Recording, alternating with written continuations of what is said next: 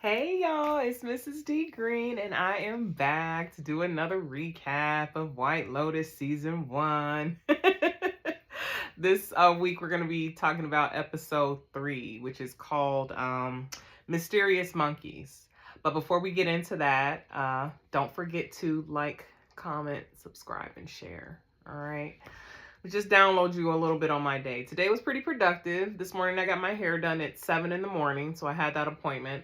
Then I had to go meet with my nutritionist. I'm a part of this weight loss program in conjunction with my exercise regime. You know, I'm trying to keep the weight down. Your girl was almost 300 pounds at one point, and I said, oh no, well, I will not go back to that. So met with them, went over my diet, came up with a new game plan to get some more weight down. Then I went over to my investment property to meet with the contractor, and we ended up having to reschedule for tomorrow, which, fingers crossed, I hope we can get something going with this. And then I just did some laundry because my daughter and I are going to New York on Monday. She's on spring break, so I'm going to take her around the town so that she can have the New York experience like her mama. So I'll let you know how that goes. I'll do probably a small little recap, just to let you know. But if you're interested and you want to just check out some reels on the trip, you can go over to my Instagram, which is IOU Psych. It's IOUPSYCH. And you will see my handle and you'll see a whole bunch of cool reels on there. If you're interested. All right, let's get into it, shall we? Okay, so start out with the wake up montage, and we start with the Mossbachers. Now Olivia wakes up. Paula is gone. She sneaks back in, because she snuck back in. I mean, she snuck outside with the waiter, sorry. So she sneaks back in, and it's very disturbing how Olivia kind of micromanages her, but there's a reason behind it. They get more into it the next episode, so we'll learn about that. She says that she was just walking around, so she makes it seem like she went out that morning. But I think she did. I can't remember. I think it's the next episode where she sneaks out the night. Let's not go ahead, okay? Let's not go ahead. We'll get to it. I watched both episodes, so I'm going to be recapping episode 4 as well, but in a separate recap, because as you know, I like to respect the whole anthology of it. Anywho, so Quinn is sleeping on the beach, wakes up and realizes his devices have been washed into the water, which, given his interest in how he uses them as a coping mechanism, you can understand how that is gonna really mess his day up. So Olivia, because it's going back and forth, she's not buying that Paula just went out. And Paula picks up on that. So they have kind of this like push-pull dynamic, top dog, underdog type dynamic. It's ridiculous. There's reasons behind it. Now, Mark is in the room with Nicole, and he's just playing back the exact phone call in which his uncle disclosed to him, the information about his dad. So this is like just going to be echoing and eating at him throughout the entire day, because that was pretty heavy, to find out your dad you viewed him one way, he lived a whole other way. You designed your identity around the way you saw him. So that in turn is going to cause you to question your identity, because Mark even makes reference to, he always thought that his dad was like this great man, and he thought he was the screw up kid. So he thought that he wasn't measuring up to what his dad was, and he's looking down on himself throughout his whole life. Turns out his dad was a whole other person. So then Mark has this epiphany to now be honest with his son, which he does start to become more honest with Quinn, like in the later episodes, and we'll get into that and how that works out for him. All right, so then we go to Shane and Rachel in this wake up montage. They're doing it. They're making love, and Shane is very into it. And he says that he's happy. Rachel was into it, but when he says that he's happy, she doesn't really give a response. So, she's, I think, starting to have buyer's remorse. Now, Belinda gets a call. She's on her way to work from her son. And she tells him about the offer that Tanya proposed, and he's encouraging her to go for it. And, she's kind of hesitant because, she doesn't get offers like that often, so she doesn't know really where to go with it. And then she gets off the phone with her son. Well, while she's on the phone with him, she's walking up and she sees that Armand is sleeping in his car. So, let me see. Oh, okay. Goes back. It's all over the place with this whole wake up montage.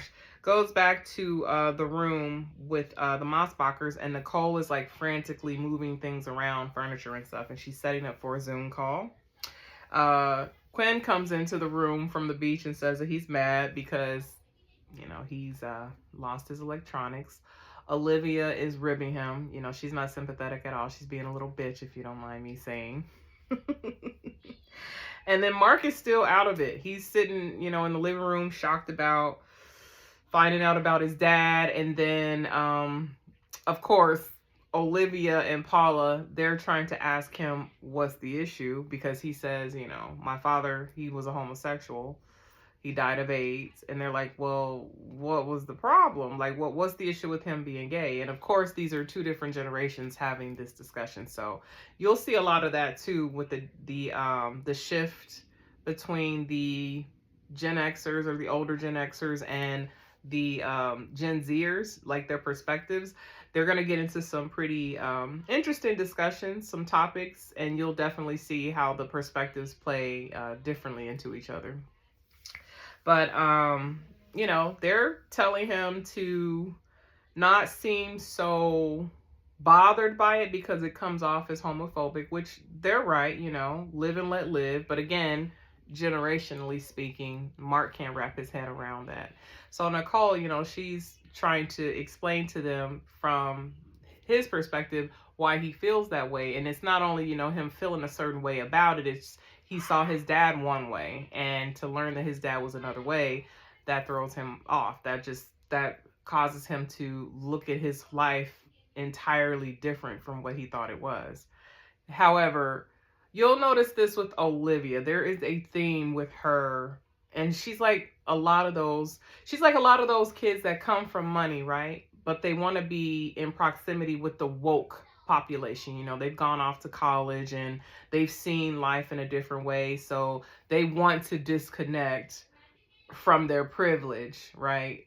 But at the same time, it's like you can't, you can have that sympathy and that empathy for the world or whatever, but don't downplay your own family, or your own upbringing, because it takes all of us to coexist in the world. You can have the sympathy, but don't be so cynical and critical of your family. And that's Olivia. Olivia is just one of those cynical, judgmental, oh, I'm woke, I understand the struggle of the I understand the struggle of the person that is not as fortunate as us, yet she still has that whole superiority complex over Paula, and we'll get into that a little later. So then Nicole mocks Olivia and Paula for kind of giving Mark a hard time about the way he's responding to it all. And they're like, what, are you going to cancel him? Because, this new generation, and this is in 2021 when that cancel culture was running rampant. So she's like, oh, you're going to cancel him? And they're like, no, trying to downplay it. So, interesting scene. All right, so now we get to Shane and Rachel at breakfast. Ooh, sorry, my eye is itching. She says that she's not as horny as Shane is because Shane always wants her. And she worries that Shane only wants her solely for sex and thinks that that's like his priority in the marriage. And she just wants to make sure that they have more than that, because, that lust, if it dies down, then what do they have? On the other hand, though, I feel like you do need to have a little bit of a lust after your partner. So I kind of understand Shane. I do. Because if you don't have that, then you probably will seek it from someone else. So I think that's just as important. That's like maybe top 5. You have to have that strong sexual desire and chemistry with your partner, because it keeps everything going in the relationship. I was in a relationship where we lost that, and part of me started dying. So that's another reason why I feel like that is just as important as all the other stuff. I'm sorry. But I'm a sex positive person, so go figure. All right, so now we get Tanya. She goes to the front desk and she talks to Armand about how she wants to charter a boat so that she can go out to the ocean and spread her mother's ashes. Armand says that he'll let the captain know. And she says to warn the captain that she may be a basket case and she's going to need alcohol on the boat. So Armand's like, okay. Now, mind you, Armand is on the brink of cracking. Earlier, when Belinda saw him on the, when she walked in on him and he was sleeping, he admitted to her that he was drinking a little bit and fell asleep. But later he lets her know what his situation is. So Armand is starting to slowly unravel the pressure of managing all of those high maintenance, elitist, privileged, wealthy guests. They take a toll on him. And this is why Armand moves the way that he moves, because that's sort of his way of taking his power back in a sense. So if he can give those guests issues, then he feels like he's won in a way. He's had a small victory because he's probably spent years seeing the treatment and the expectations and the demands that come from these guests, and he's probably tired of it. He's on the brink of snapping. So Armand kind of teeters in between. It's like you get him, like when you look deep into why he is the way that he is, you get it. But it's like at the same time, it's like, Armand, don't destroy yourself. All right, so because he's feeling the pressure, remember he has the bag. He goes to the office, grabs a pill, pops it. Dylan comes into the office, and Dylan is talking to him. I forget what he was talking to him about. But, he tells him about Shane, because he had walked by Shane and Rachel when they were eating breakfast, and Shane told him to tell Armand that he needs to speak to him about the room. And so when he goes in there, Armand's like, oh, okay, all right. And then he tells him he likes his hair because he had his hair in like a little man bun. And now we go to Mark. I believe... Oh, okay. I think they're out. They're still in the room. Okay. I don't know if they're in the room or if they're at breakfast. But Mark is out of it. So it's like, no matter what you say to him, he's playing back the events of the day before, everything he heard. Quinn is obsessing about getting a phone. So he tells Nicole it's important that they go find him a phone on the island where, I don't know. Nicole tells Olivia that she needs to be a little bit more compassionate towards Quinn because she makes a little snide comment about how he's reacting. And she says that it's funny how Olivia has more compassion for oppressed groups than she does for her own family. So that's kind of what I was saying. It's like she's so, quick to criticize her family because she's connected to other groups. But it's like, girl, you're cut from the same cloth. You're just opining. Just because you're opining and you think you're being objective, or maybe you are being objective, I mean, you're still cut from the same cloth. So Olivia's a little bitch. But I love Sydney Sweeney, though, so... All right, so, so then she sees Armand. So they were at breakfast. Olivia sees Armand, and then she goes to ask him about the bag. He tells her he doesn't know where the bag is, so he's downplaying it because he's not ready to give up the goodies. And then Shane approaches Armand, and he asks Armand, because Armand's at the desk, if he could do something romantic. So he wants to schedule a romantic dinner for him and his wife to kind of make up for the room. And he just wants to, it's their honeymoon, right? He just wants to keep her happy because Rachel's kind of been, like, he can tell she's not as engaged and happy as he is. But that's because Rachel's going through this dilemma of feeling like she's a part of a world that she doesn't belong to, and she doesn't really want to let go of the world she's used to, and Shane cannot connect with that. So, I mean, in a way, she's feeling alone. So he's picking up on that and trying to make up for it the best way that he can. Armand being a jerk. Now remember, Tanya asked if she could charter a boat. And so Armand arranges for Shane's dinner to be on said boat with Tanya. Now remember, Tanya says she's going to be a basket case. So remember this later, right? And then, Shane's like, okay, I don't mind sharing a boat with her, but is she going to be in our way type of thing? And he's like, she'll be quiet as a church mouse. She won't even bother you. Remember that. All right. So, yeah, back to what I was saying about Armand. So again, this is his way of taking his power back. Now, granted, Shane really hasn't done anything to Armand. Now, yes, I know Shane's a little pompous asshole, but he hasn't really done anything to him. So, it's not really warranted in Shane's case for him to get that treatment, but Armand's on the brink of snapping, so. All right, so Belinda and Tanya. Tanya goes to the spa. She asked Belinda if she could join her on the boat because she doesn't want to be alone to, have the ceremony or the memorial for her mother. Belinda tells her she can't get out of the spa until 7 because she's the spa manager. And then Tanya, using her privilege, kind of gives her this look and whines. And then Belinda's like, I'll figure out a way to make it work. Changes her plans with no problem, just to accommodate Belinda. So keep that in mind. Remember that. Now, Mark and Quinn are together, and Mark is still out of it, just trying to figure out what the heck. And then he starts questioning what is real. He's like, I don't know what is real. My whole life I thought I was this, child of this superhero, and then he was getting manhandled by all these men in the bathhouses. I don't know what is real. And then he asks Quinn randomly, he's like, are you gay? And Quinn's like, why? Well, I know I'm not gay, but why would you ask that?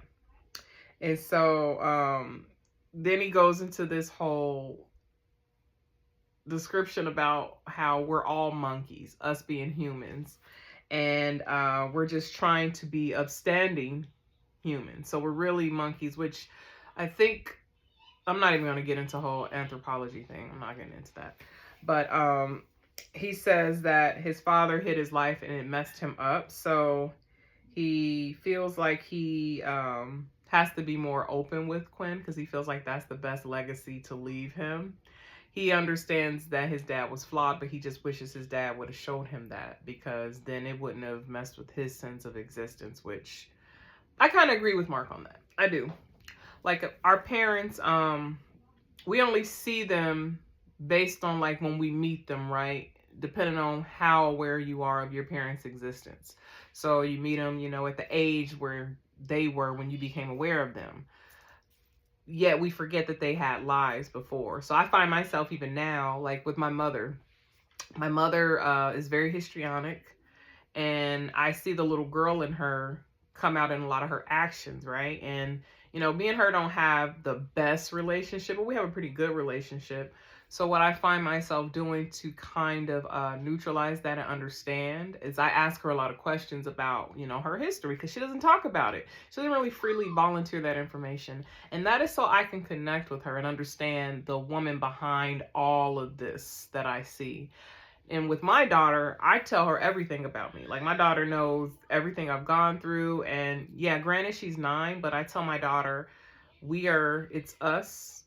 Especially with now it just being the two of us after she lost her father. And I don't want to hold anything back from her. And I want her to also know that I'm a safe space. So I kind of understand what Mark is saying in terms of leaving truth as a legacy for your kids, because that's important. Your kids have to be connected to you, because, man, when you think you're hiding it and trying to protect them, when that lid is lifted, who's left to pick up the pieces if it damages them? All right, so now we go back to Shane and Rachel. They're at the pool.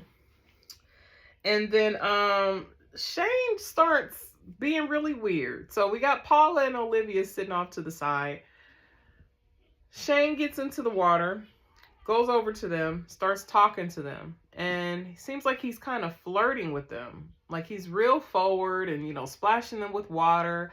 I think he was trying to get a reaction out of Rachel because, again, Rachel's kind of been like a wet blanket and he's just trying to feel a pulse, maybe. I don't know, but I thought that was very awkward. And Rachel is on the phone, so I guess he feels like she's ignoring him, and that's when he does that. And she gets so upset that she gets up and walks away, leaving Shane there to continue to converse with Olivia and Paula inappropriately on his honeymoon. I would have cursed his ass out left and right as soon as he got in fact, no, let me take that back. I would have got off that phone and I would have got in the pool with him. And I would have said, if you don't get your ass over here, yeah, if this is what you want, I'm going to give it to you, since you like to be turned on by this. There are some men that get turned on by that, mind you. My first husband, because I've been married twice. I remember my first husband told me he used to like when I got mad because it turned him on. Now, granted, we were 23 and 24, so we were both young and crazy. But yeah, there are some men that like that fiery shit. Go figure. All right, so now we have Tanya. She's in this dream sequence, dreaming about how she's going to release her mother's ashes. And then she wakes up, and it's just very weird because her drink was sitting out. And in my mind, I was like, oh, I don't know if I would want to drink that, her glass of champagne, if it's been sitting openly on the beach with sand, bugs, a bird could have pooped in it. Because, like, when she was drinking, she did something I noticed where she sipped it, and then she did, like, tasted it, and then she sipped it again. I was like, ew. I don't know. Are y'all like that? I'm so strange. I'm sorry. I wouldn't have been able to drink that. All right. So now we got, Rachel, because she got up and left, she went to go sit at the bar, and Mark and Quinn are sitting at the bar. So Mark is getting toasted at this point. I think he's on his like third or fourth beer or whatever. And he talks to Rachel and he's like, "You're here on your honeymoon, right?" And she's like, "Yeah." And, he's like, "Oh, marriage, it's a good thing." And she's like, "Yeah, you've been married to Nicole for a long time, right? She's your wife?" He's like, "Yeah, 22 years. And then she asked, "Well, wow, how do you keep the spark alive?" And he just says, "Oh, that spark died." And then Quinn looks at him like, "What?" Then we get Paula and Olivia. They go into the room because they leave the pool, and they see Nicole, super focused, rearranging their area so that she can have a Zoom meeting. Remember, she was doing that earlier, but apparently she didn't like the way the setup was in the room she was going to have the meeting in, so she decided to encroach on their space, which, I mean, yeah, she is kind of footing the bill, so I don't know. You tell me how you feel about that. So, Mark, it goes back to the scene, and he tells Rachel that he chased Nicole for 3 years, and when he got her, he couldn't keep his hands off of her. He just loved her. And Quinn is like looking at him as he's talking about this, and then he says that it's natural for the spark to fade. And Quinn's like, wait, what are you guys talking about? Because at this point, he's kind of like, oh, he walks up. That's what it was. Quinn wasn't sitting there. He walks up and he's like, what were you guys talking about? Because Rachel starts to feel a little awkward with the conversation. And he's like, what were you guys talking about? And he's like, oh, sex with your mom. And Quinn's like, the fuck? So then Shane, now we have Shane and Rachel. Rachel tells Shane that he was flirting. And he says that he wasn't. He was just giving them crap because he was like asking them stupid questions about like the books they're reading. He's like, I noticed you were reading this the other day. Are you really reading this? And then they were like, oh no, we have stylists that pick out our books for us to just sit on the side of the pool. So it was just back and forth banter. But again, I feel like he was doing that to get under Rachel's skin because he just wants some attention. Like a little boy. All right, so now Mark is getting a lot more drunk. Goes back to the table. and that filter is gone. So now he starts talking to Quinn about him and Nicole's sex life. And Quinn is like weirded out because these two girls walk by, and he, takes a quick glance, and he tells Quinn, sometimes you just want something new, and checks them out. And Quinn's like, okay. I mean, well, like, what do you do with that? All right, so now we get to the fun part. The boat, the yacht scene. This is freaking funny. I'm just gonna preface this. All right, so you get, I forget who was there first, but I think Shane and Rachel get there first, and then Tanya comes up.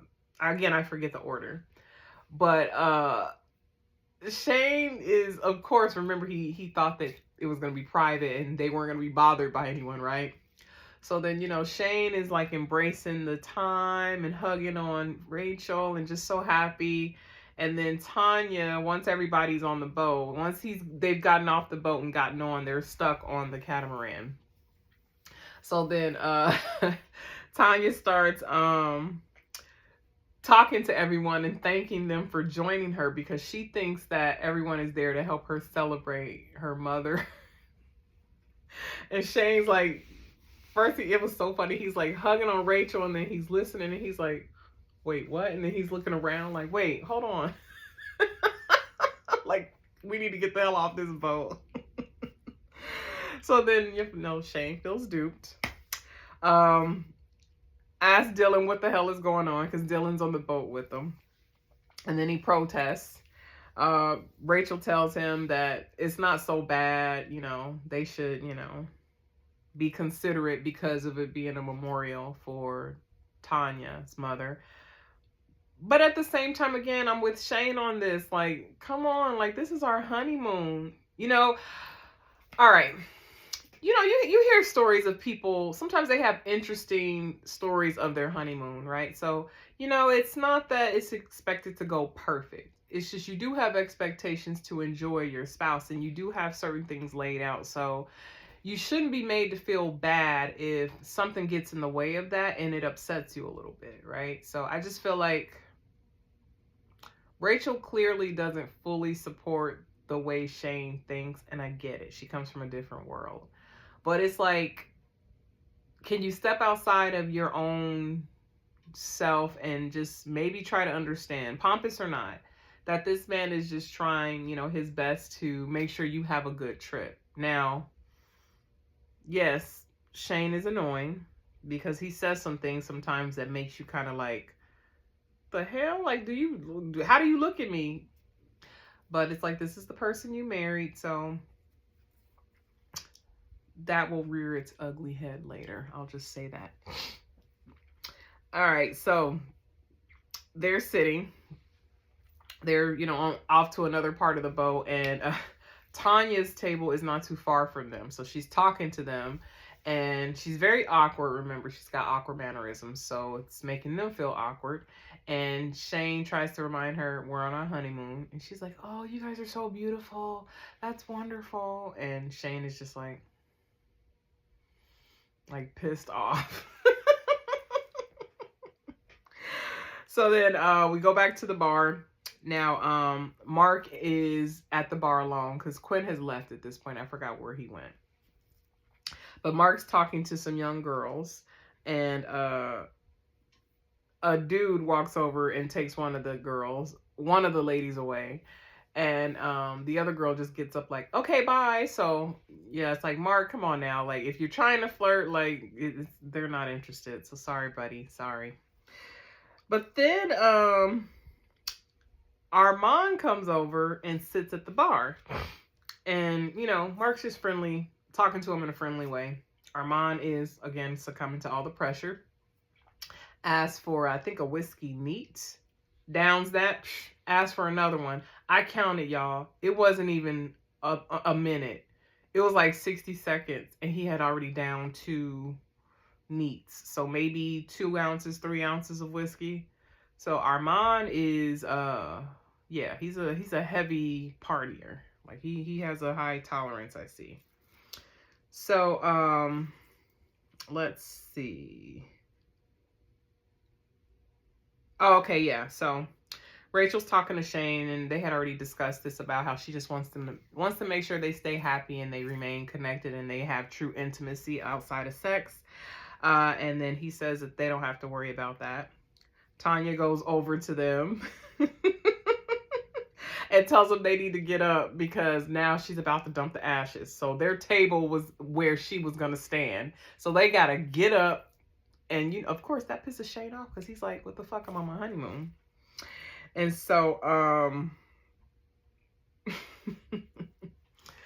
before they get into that, they toast, and Tanya makes a speech, a toast, a speech or whatever about her mom.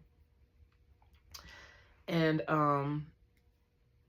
interesting eulogy, I'll say this. So she says,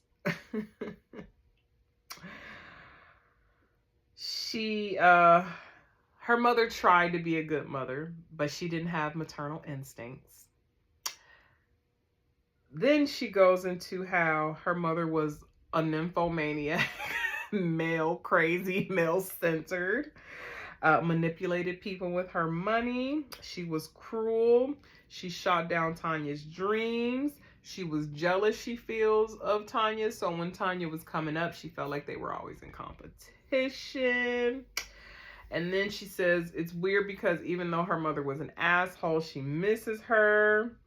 And she was a jerk and just made her feel like less of a person. Shane's, of course, listening like, what the fuck is this?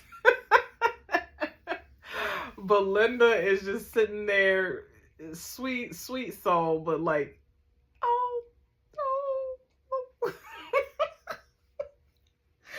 And like the facial expressions of everyone after Tanya's speech was just was so funny. And then she starts bawling. She starts crying, right? And Dylan's like looking like he's about to cry with her. But he's like shocked too. And then Shane's like, oh, wow, just like looking around like, this is crazy. That scene was pretty good. It was funny. You gotta go and watch it. You gotta watch it.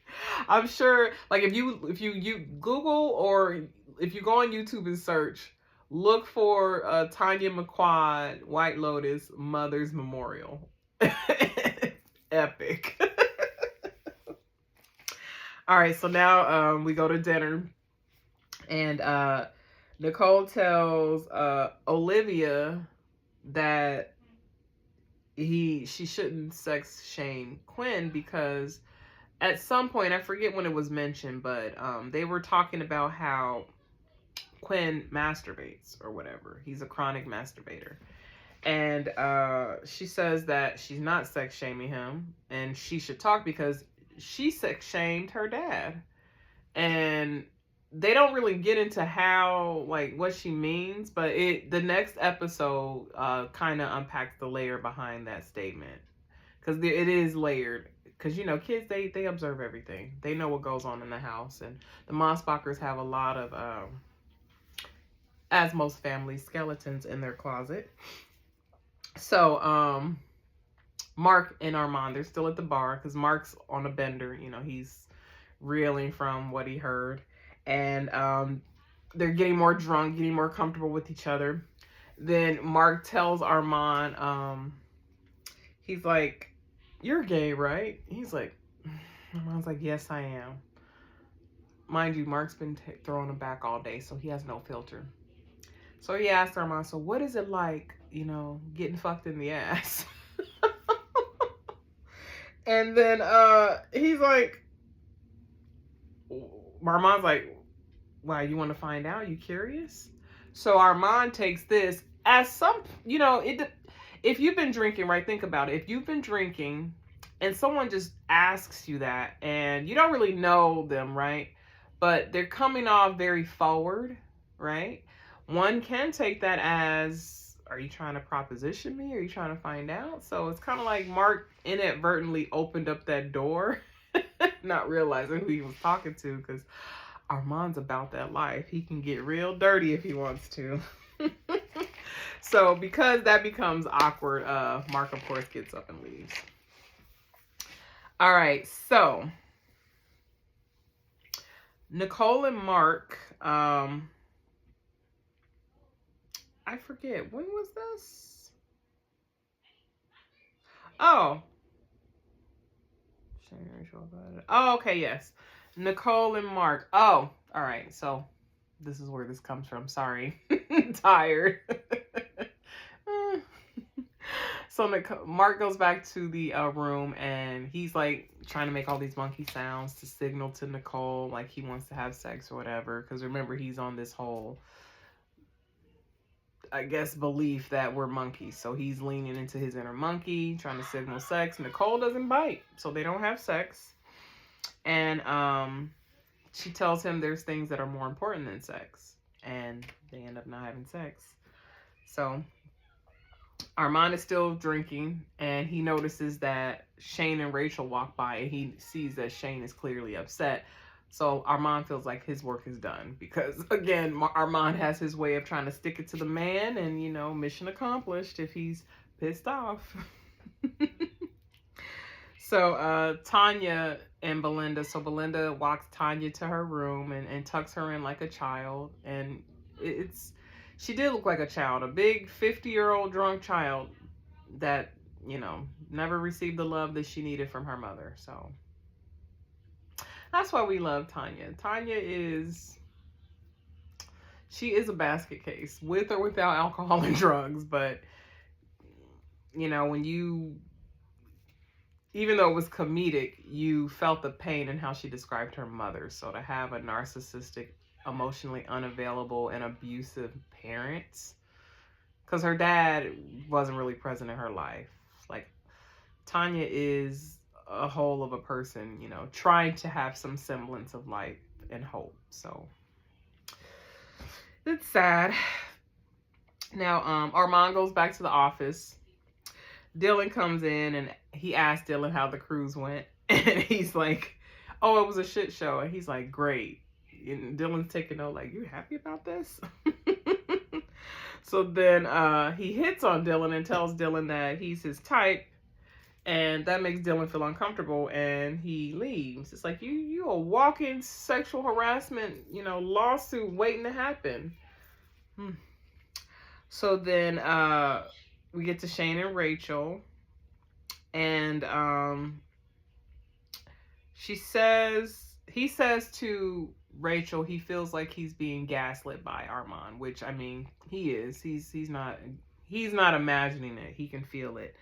And then he says that he feels like throughout his whole life, people have done that to him because of his privilege. You know, they judge him or try to make him feel bad about, you know, the cards he was dealt, which, yeah, poor little me, privilege, but I guess at the same time, you know, because my daughter is going to have privilege. Like, I'm trying to set up a life for her, God willing, you know. And I don't want people to make her feel bad about, you know, her parents thinking about her future and working hard and setting her up. So I kind of, you know, as you evolve as a person, you learn to understand more perspectives. And that's the whole beauty in really, really being a freedom fighter, so to speak. That's the tricky thing is, you know, some people, they feel like, okay, they gain power, they gain access. And yes, you can like share your beliefs or whatever, but you can't oppress other groups. You know, that's the whole continuity of the human condition, is you have to understand everyone's condition and lot in life, even if you can't agree with it or identify it. So that's the line I walk. I mean, not everyone agrees with that, but, you know, I figure as long as you're not hurting people, you know, don't make people feel bad, you know, for who they are. Whether there's someone you admire or someone you detest, you should not make people feel bad for who they are, because you may feel jealous about where they are. So I understood Shane, you know. Yeah, poor little rich boy, but again, Shane has not done anything to Armand directly. He has not. It's Armand that has made the mistake. It's Armand that double booked. And it's Armand that has not admitted to that. So, what? Because he's rich, he's not entitled to feel like he needs to be treated fairly. You see what I'm saying? So, all right. Rachel tries to calm him down. But, now Shane is upset. And so she offers sex and then Shane rejects. So she has a moment of thinking about, oh shit. And then Shane changes his mind and then they proceed to, get it on. So then, now we get to the last scene. Paula sneaks out. They're in bed, Paula and Olivia. Paula gets up and sneaks out to go be with Kai. Kai is the waiter. And Olivia suspects this, so she's caught on. She pretends to be asleep this time. Lets some time goes by, gets up, follows behind Paula to see what's going on.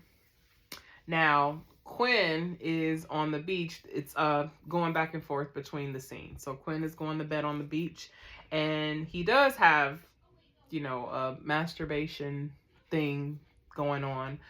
But Quinn is kind of going through this transition himself. So I forget how. Oh, he has his father's phone. That's what it was. Mark volunteered for him to have his phone. So he has Mark's phone. He's looking at porn. He's doing it. But then he comes to this realization, he's not getting pleasure from that. So he kind of just stares into the abyss and he just thinks to himself, do I really need this? Is this really making me happy? Or is this a temporary happiness? So Quinn's journey is going to surprise you. So then we get to Olivia. She's discovered Paula and Kai, and they're getting into each other, and Olivia is staring like she doesn't like what she sees. And I'm just like, what's with that? What's with that? And so, she's staring at them hatefully as they make love, and it cuts out. And that was the end of the episode. Yeah, so this season deals with a lot of, because each season has different themes. I'm still trying to figure out the theme of 3, I believe. Well, I'm not going to talk much about 3 on this one. I want you to go over and check out my White Lotus season 3 playlist, okay? And I'll probably do a description kind of to wrap up the season over there, because tomorrow is the season finale, April 6, 2025 for season 3. So I can't wait. But this theme, like I said, it deals with imperialism, social class. There's some activism topics that come up. There's gender discussions. There's generational breakdowns. There's all types of themes here. There's class, wealth. Yeah, it's all there. So, but depending on where you are, and where you are on the spectrum and where your mindset is, you can kind of understand all sides. And Quinn says something like that, something to that effect in the next episode, which I'm going to recap. So just go ahead and go to that next recap. You'll hear about it. But on that note, I'm going to end here and just get started on that. I'm going to give myself a little break and then resume. And you just let me know what you think. Let me know what you think of this season. All right. Give me some comments. I will engage. Like, subscribe.